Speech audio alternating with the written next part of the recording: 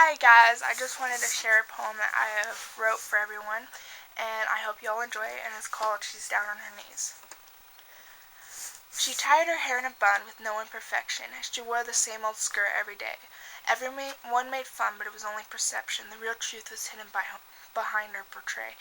She spent the entire evening while her father was at the pub, making the house spotless, but it was never enough. She had dinner made, hoping tonight maybe she wouldn't get struck. He'd always come home with a look of disgust. He'd stumble in holding a bottle of whiskey, as usual, unhappy with all she accomplished. Tried to hit her, but missed because he was dizzy. She had a flashback to when he promised. Back before he drank, back before he was violent, back when he was content with every moment of silence. Near the lake where they always caught fish, they took a moment to look back and reminisce. He swore to her by the lake's eerie water he'll always be a dad, a mentor, and a father. Back to present day, she fell to her knees and silently prayed. God, if you're really up there, I need one final miracle today. Make my daddy himself again. I miss his soft words spoken. I miss his arms wide open. I miss his songs at night. I miss his hug so tight. If there's anything in the world I wanted more, it would be daddy to follow through with what he swore. He picked her up by her hair again and screamed in her face with an unpleasant grin. She let him hit her this last time. He kicked her down the basement stairs and vanished his crime. He locked her in and left the house once more. Her sobbing and crying he would ignore. She sat in the puddle of her own tears and blood. Then got her on her knees with a silent thud.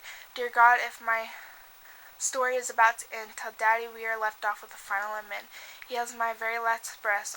I'll love him until my death. The snow on the ground melted through his shoes.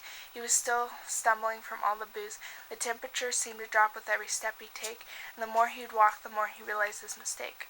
Before he even reached the car on the drive, he turned around and walked back inside. The crying had stopped, and you can hear a pin drop.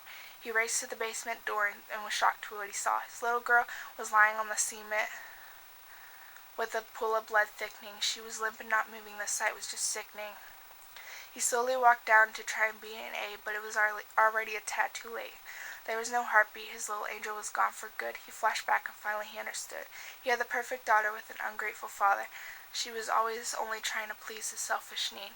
He was always full of self-pity and greed.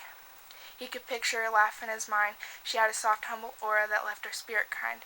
He could suddenly feel the tears stream down his face as he held his daughter's lifeless body in a wilted grace.